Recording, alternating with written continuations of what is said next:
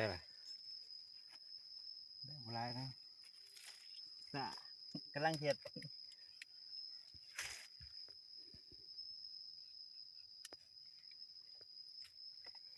ใส่2 มือเลยเนาะ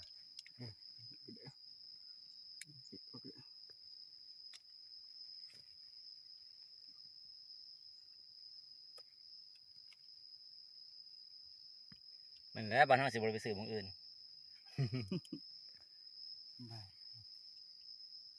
เขาผูกเขา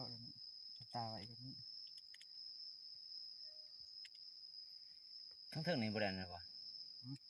บ่ได้ปกบ่ บ่ คือว่าให้มันงะบ่ได้เนาะ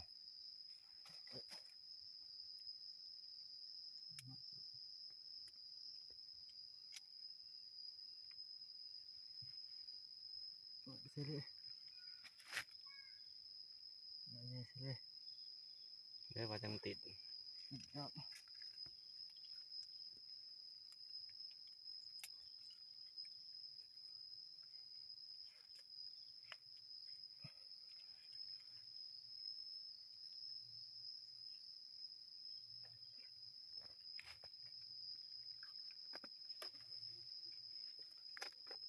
โอ้เกินหน่อยไรไปดูดมือ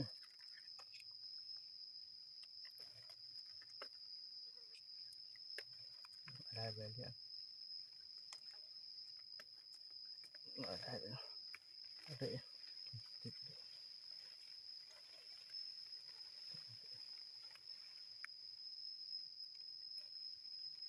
ชั้นนี้พอดี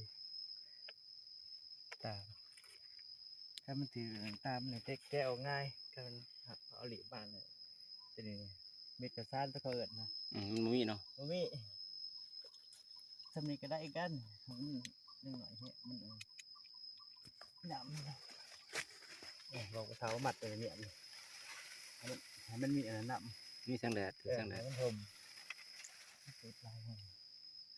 หน่อยแล้วก็หน่อยเลยสำหน่อย ได้แล้วจะนอนนอนจะนอนได้เบิดเห็นก็ทรงคล้ายกับสำนันแหละ เนาะ กิ้งสำนันแหละเขาต่อ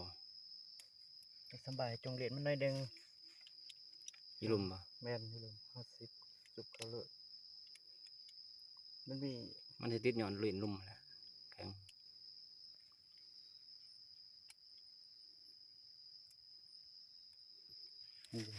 มิดกระซานมันเด่นหน่อยเลยขนาดมิดมันใหญ่เลยแห้งตาใหญ่เลยมันขึ้นมามันโผล่ขึ้นมาแห้งตาใหญ่ตัวเขาสีเห็ดยังไง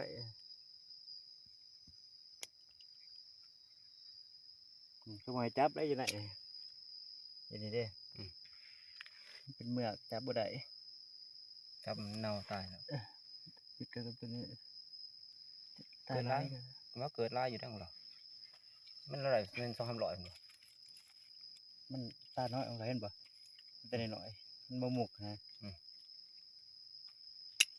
มันขึ้นกับพันธุ์เฮาบำบัดพันธุ์ดี องลูกชิล่าหันกว่าคันเราไปอย่างนั้นไปบักกันได้ตัวไผ่มาอย่างเด้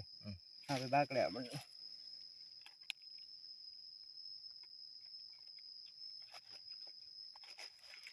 เอาไปบักกับกระป้าข้าป้าออกวงออกเด้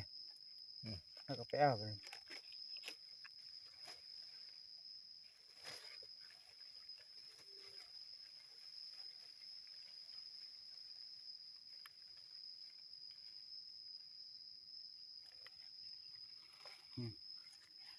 จะมีตะบากระติด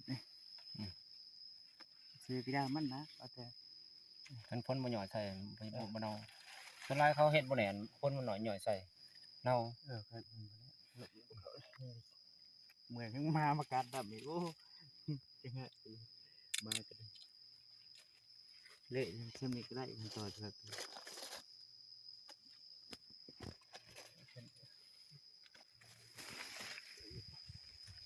ดีเขาลองเฮ็ดแบบเอาแบบพ่อได้วัดตาของเจ้าเท่านี้นะ นี่แท้แห้งใหญ่ลำนี่แห้งใหญ่บ่บ่มีแต่กกใหญ่ท่าน กุ๊กผลได้งามบ่ดีเอาตาตรงงามได้สิเอาเกิดก่อนมันแล้วบ่ไปเดี๋ยวเขาเอา เสือจักร้อย ขนาดตาเฮามันง่ายอะนะ นิดหน่อยก็ที่ได้เบิดคันมันกล้าว่ามันหุมตาหน่อยได้ เออได้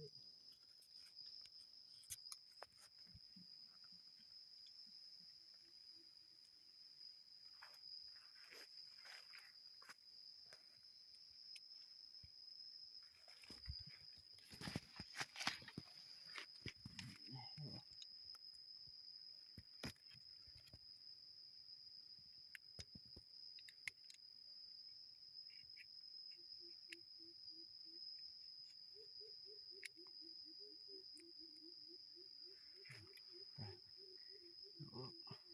ถอนพันทางเขาติดเสียเลยเขาจึงพันบ่ถนัดบ่ได้แล้วติดเสียเลยจะไปจะได้เนาะเพื่อนติดเสียเลยเด้อปลางามรักปวดเราเมียนเทิงกันได้งามนักได้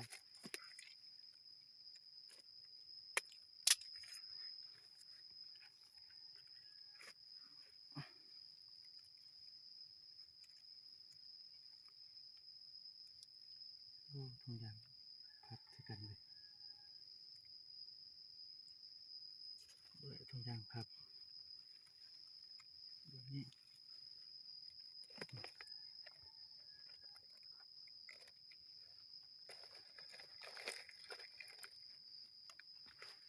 จะมีเสาออกแบบเพจแบบนี้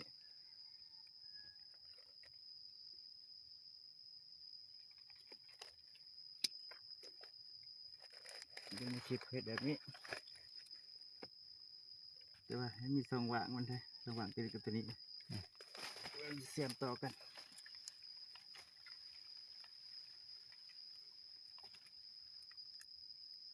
ลองบทนัดตัวนั้นลองเฮ็ดทุกวิธีนะพากันเฮ็ดซอยแบบนี้เฮ็ดตาของเขาเด้ซอยนี้ตัวมันสิถนัดกดไว้แก้ไปแล้วของเขา นี่ขั้นตาหน่อยใช่เลยตรงขางขวามือเขาถนนได้เบิดเขาต่อขวามือเอาตัวเขาต่อสนั่นได้น้อยหน่อยเขาส่งมาให้เขาส่งขาย ใช่ป่ะ ก็ส่งขายได้น้อยหน่อยลำมันนี่ก็มีเขาต่อ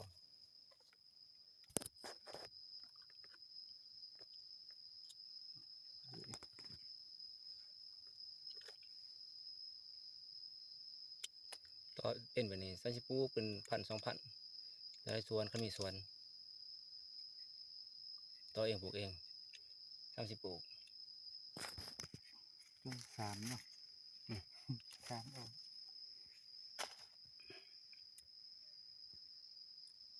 หน่อยมีเม็ดหน่อยได้กับซ้ำตัวครับตัวน้อยต้องใช้ตัวหน่อย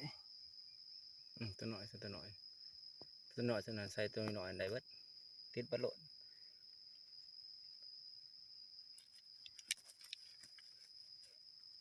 บริตัดเนี่ยตัดเนี่ย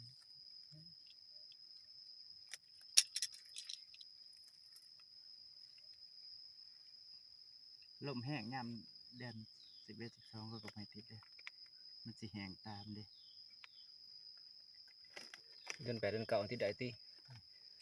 ท่านเล็งปุ้ยตัวนั้นเดือน8เดือน6เดือน8แทนติดได้พอจุลติด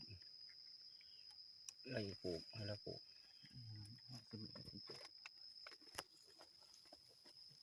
น้ำแบบประวันตึก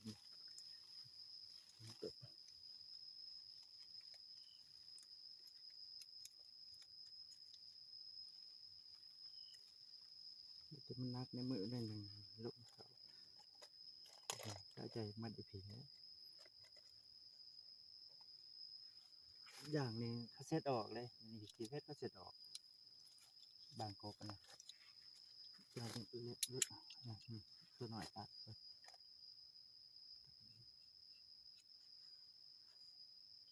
เขาเขียนมาเดียวคอยซ้อม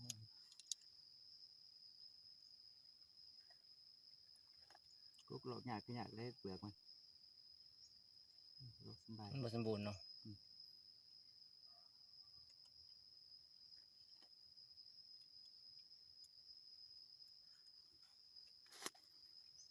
ขึ้นเลยว่าอิ๋ว